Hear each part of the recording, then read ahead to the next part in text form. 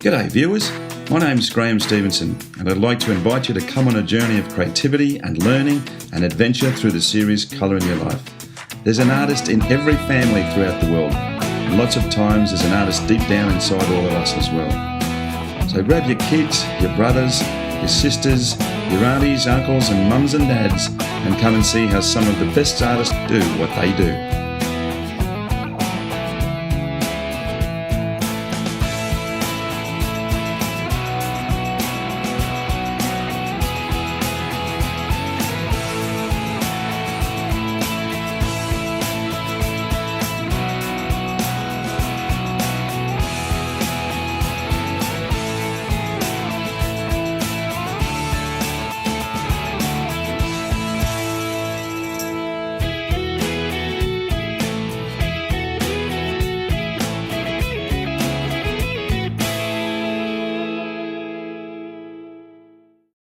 Well, g'day viewers and welcome back to Colour in Your Life. Well, as you can see, the fantastic and amazing Golden Gate Bridge in the wonderful city of San Francisco in the United States of America.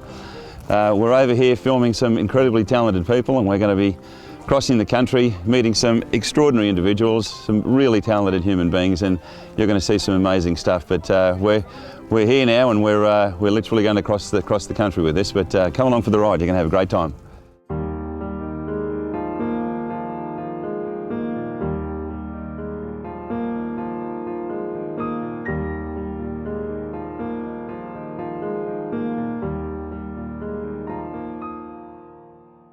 Well, g'day viewers and welcome back to Colour in Your Life. Well, we are in Del Mar in San Diego in California in the United States of America, and today we are going to be with a wonderfully talented lady, Becky Robbins.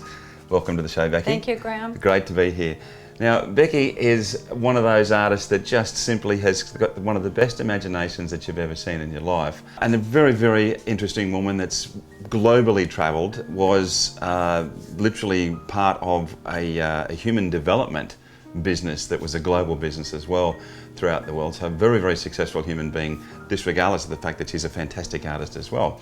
But we're here today and we're going to go through the process of watching what Becky does with one of her very iconic pieces, and these are really amazingly imaginative pieces that have a great deal to do with spirituality and nature. How did you come about this style and the whole process of putting your imagination and this information into it as well? I think it started because I say that I have a love affair with this planet Earth. And I think that all started because I believe God is in the details. And I think that was coined by someone else, but I love that because when I'm painting, things just start to come through for me. It's like a message comes through or an idea comes through from I don't know where, and then that kind of defines the theme. I mean, I have a general idea of what I would love to explore and see how that would look and what that would be like, but then what's most important is how I listen to what wants to be painted. I've been fortunate enough to travel the world in places that are not your cosmopolitan cities necessarily, although I love that. But I like to go and see the nitty-gritty, deepest parts of culture and creatures, and there's so much to pay attention to that's more than just the news and all the bad news and what's going on in the world. If we can just switch our focus and pay attention to things that are amazing and fascinating and ethereal, then that's the fuel for me. It's fantastic. Absolutely great ethos. Absolutely. Now you're going to actually do little bits and pieces for us on this today. This ampersand board is fantastic. Yeah, love it. I just love the stuff. But a lot of it is that you see ideas and emotions and put them down and then interconnect them. One of them is that you use a little Optima screen that actually projects the images on, and you find them and put them onto your laptop down there and then put them into here. So you're actually going to draw around this for us and then show us how you paint this and then start to put it together.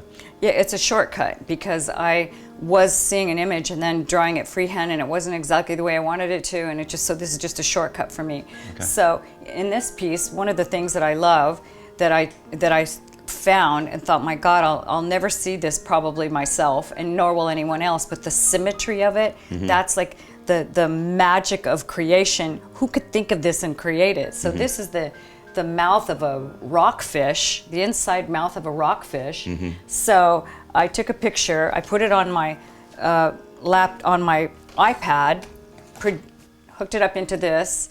I then draw around it with my trusty pencil. So as I draw this, one of the things that I love about art is the more you look, the more you see. I think that's true in so many contexts about life.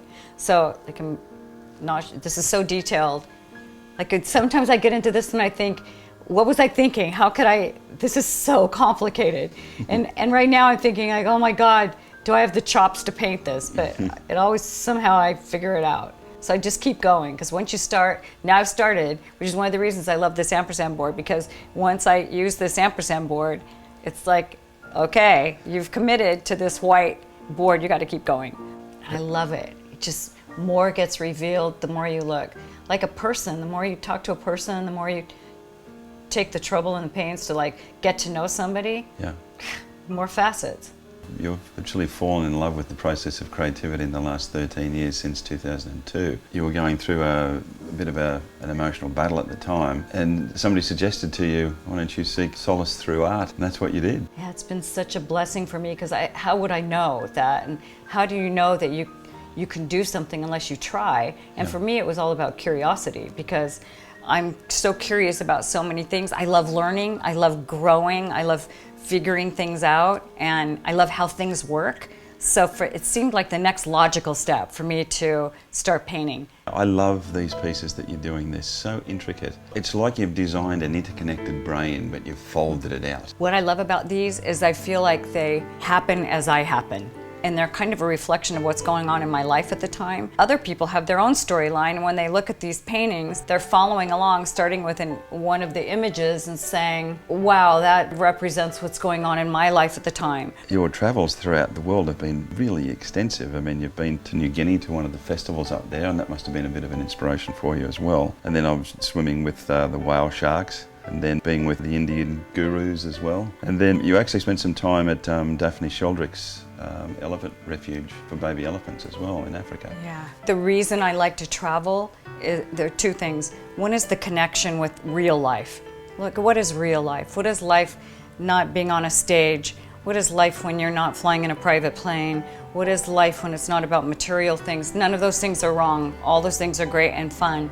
But there's another level and dimension of life, and understanding other cultures and indigenous people and the creatures of this planet. All of those things are so important to me, and I'm rushing because I know that there's a finite amount of time we each have, and I want to make it count. And I have children and I have grandchildren, and to me this also could be a legacy that I'm leaving, that they could look at it someday and say, wow, what was the story of her life? Like, I would love to have the story of my ancestors' lives in a visual format. I like the way that you do that as well, particularly with the pen, is that all of a sudden you're thinking, where's the lines? And it only just takes a hand in front of the light to find them. Yeah, because as you can see, it gets pretty complicated now. Yeah. Even right now I'm figuring, like, what was I thinking? I'm thinking, what was I thinking that I could possibly paint this? Because look at it. I mean, it's crazy. And like, who would even want to look at that and know what it is? But I get to this point almost every time I paint. It's like I start something, like one of these images in the middle, and I start doing it and thinking like, oh my gosh, this is so much detail. Or why don't you paint something easier and bigger, or something you've painted before? But my painting is not, and my life are not about shortcuts. It's about the juice in the moment of the experience, and how can I squeeze out as much juice as possible. Okay, so I'm looking at this. Okay, I'm done with this part. So you just wanted to do the mouth. You didn't want to do the whole fish. No, I just like the mouth. I think the mouth is so beautiful. I mean, look at this. It's just like... It's fantastic, yeah. Isn't that cool? Just that. But to the mind of somebody else, and this is what's amazing about your work, is that you just saw the beauty in the mouth. You wanted the symmetry of the mouth. That was it. Just wanted the mouth. Yeah. That fish probably thinks that's the most important part of him also. You better believe it. Okay, so now this is very high tech. This is a piece of tissue with a piece of tape. Yeah. So now I have 2 different of these micron pens, which I love these guys. I have one that's a bigger tip, obviously. You can take all the way, this other high-tech equipment away, a box. A box. And a black box. You gotta have your music. Gotta have the black box. And this, I'm just gonna put this here because I don't wanna smear this. I've used fixative before, but then, I don't know, you can't, it sprays too wide, so. Okay.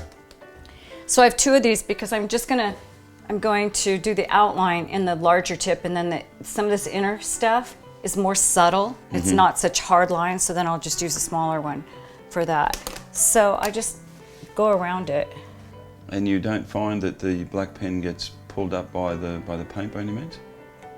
Well, sometimes, Grant, I'm really impatient. Like my whole life I'm impatient. Yeah. Like I can't wait for what's next. But I have to take my time a little bit and let this dry, and then no, it doesn't. So then this is all I'm gonna do with this piece, is just do this, and then I'm gonna leave it alone and go work on something else that's already dry and ready. Oh, okay. From where you are now with these pieces that are like the open mind, from what I can see, is that you did start really portraiture work, I suppose you could say, and it was like work that came out of your travels, like the piece The Ancient Yantra, which is an old Indian man with this huge orange turban. They're fascinating in their own right, aren't they? Yes, because they know something we don't know.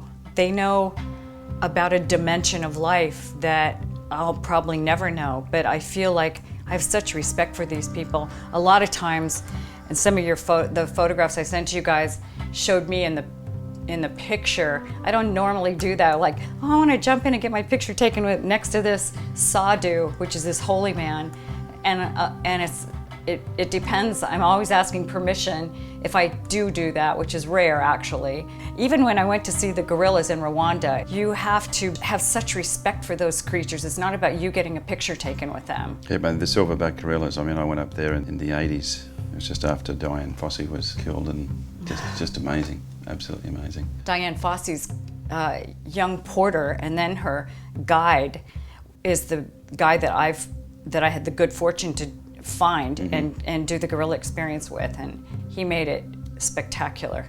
It's amazing, I mean, to get close to animals like that. And you've done some amazing portraits of people that you've known over time and other celebrities. One of them was Born Innocent with Marilyn Manson, that used to do some quite strange things with bats on stage. Heard that Marilyn's a little conservative, funny enough, when he's off the stage. A good friend of yours who's a martial artist, and you produced a picture called Budokan, which has got a dove in there and him getting into a martial arts stance.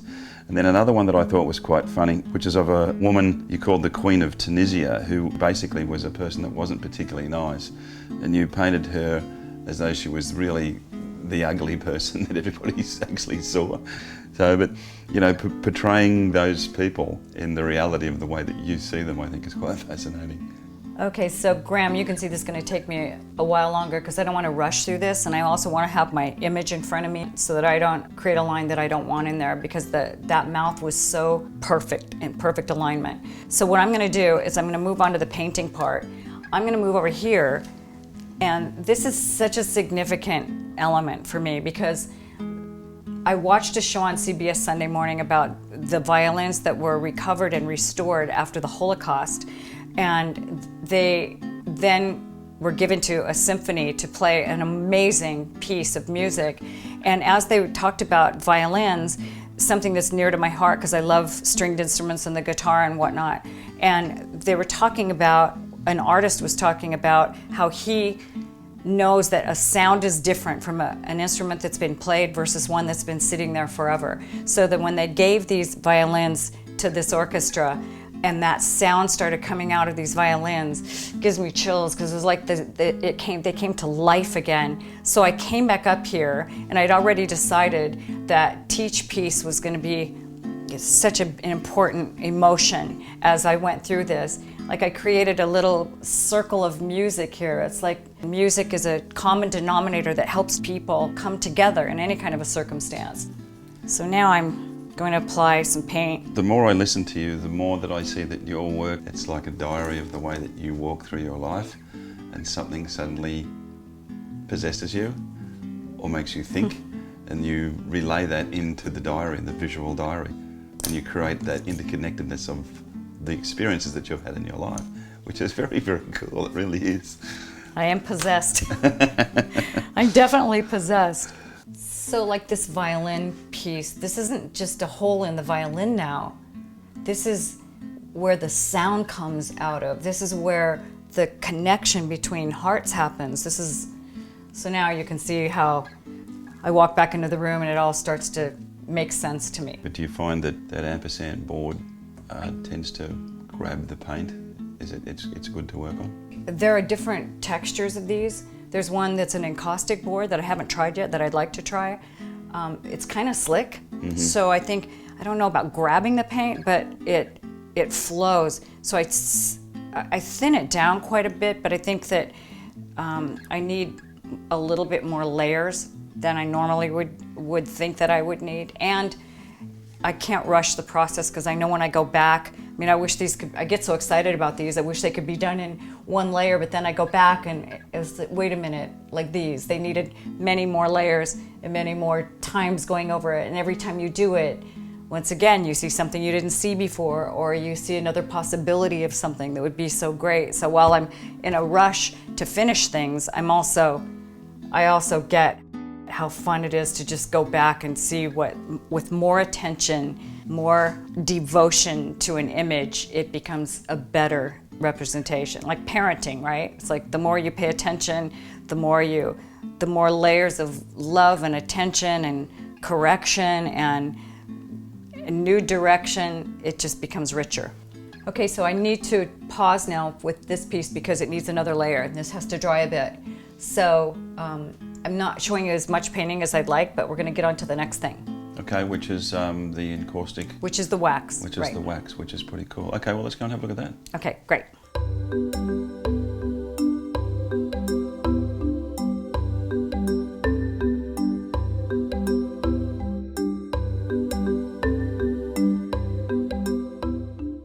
All right, Becky, now that we've finished the painting, you're going to go on to the encaustic part about what you do. So can you explain to us how all this works? Right, well, if I use beeswax that is on these paintings, the series that I'm doing now, I use this beeswax because I want it to be completely clear. I don't want it to have pigment in it.